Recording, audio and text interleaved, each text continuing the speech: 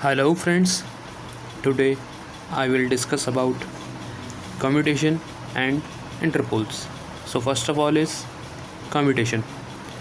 The process of current reversal in the coil when it passes by a brush in the interpolar region is known as commutation. So Tc equal time taken for the segment to pass the brush is known as commutating time. Here Tc is less than 2 milliseconds. Now linear or idle or straight line commutation. So if the current reverses completely within the commutating time Tc, then the commutation is successful. Now second is delayed, non-linear or unsuccessful commutation. If the current in the coil undergoing commutation doesn't reverse completely within the commutating time, then it's delayed commutation or non-linear commutation, which provides sparking at the trailing end of the brush. Now, under practical condition, the coil undergoing commutation will exhibit self-inductance property as there is rate of change of current in it, due to which a reactance voltage is produced. Now, according to Lenz law, the reactance voltage opposes its cause. It means change in current, inductive voltage kick or L di upon dt voltage or ER reactance voltage. Here di upon dt equal del I upon del Tc equal 20 minus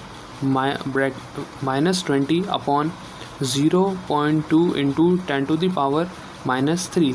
This is equal 20 into 10 to the power 3. So here reactance voltage ER equal L di upon dt. This is high value of ER. Effects always oppose its cause. Cause sparking at positive trailing end of brush. So first is resistance commutation. Replacing low resistance copper brushes with high resistance carbon brushes. The increased resistance will not encourage sparking and also forced any unchanged current to flow through the coil itself. Now the advantage. The advantage of carbon brushes are: first is they are smooth and self-polishing in nature. Now second is offers good mechanical conditions with commutator surface. And the third is they also damage less than that of copper brush when sparking occurs. Now we will talk about drawbacks. So first drawback is more brush contact drop, and second is less current density, requires large brushes and brush holders. Now B point is brush shift. This is the earliest form of method to improving commutation, but not used after the invention of interpoles due to disadvantages like: first is the shifting of MNA depends on load.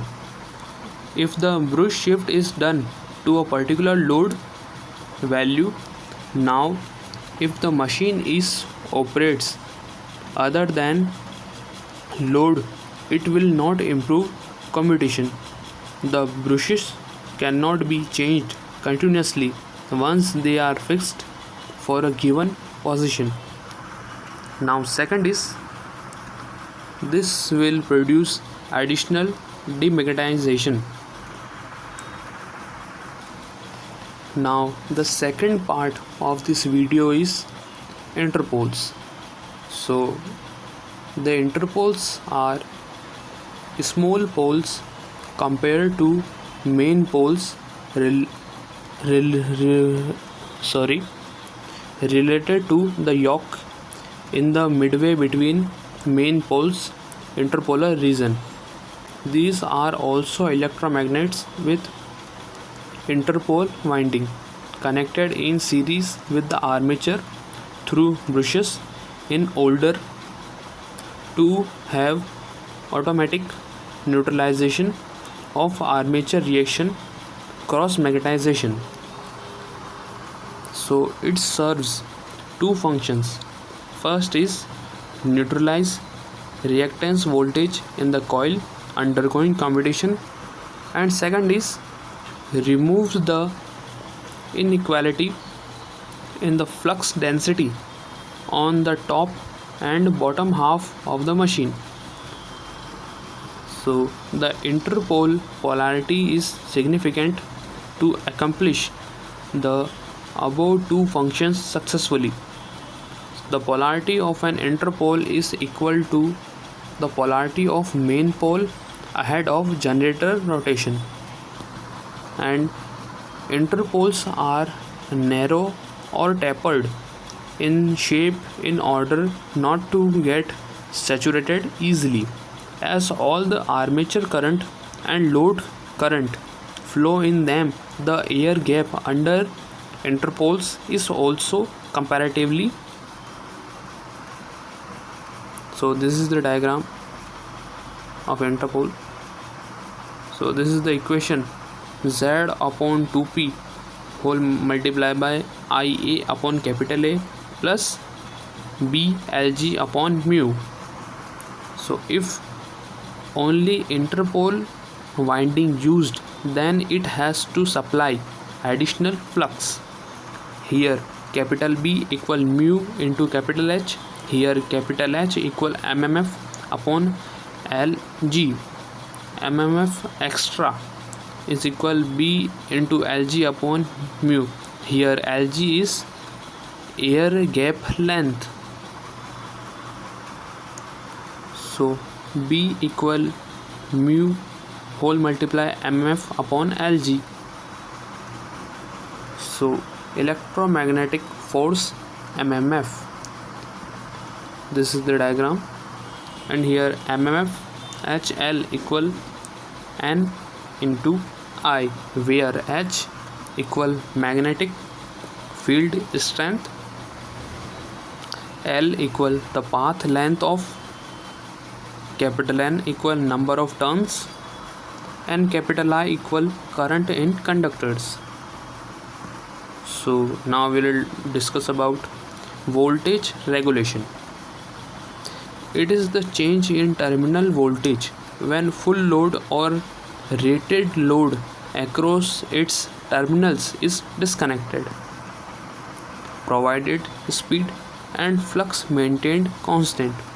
So percentage voltage regulation is equal to E node minus V upon V whole multiplied by 100.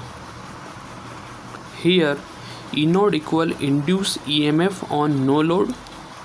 Voltage regulation is all about voltage drop expressed in percentage of rated terminal voltage. So voltage regulation is equal total drop upon capital V. It should be as minimum as possible. The best or ideal voltage regulation is 0, occurs for flat compound generators only, and negative voltage regulation occurs for over and series generators not suitable for ordinary power supply. So this is the video.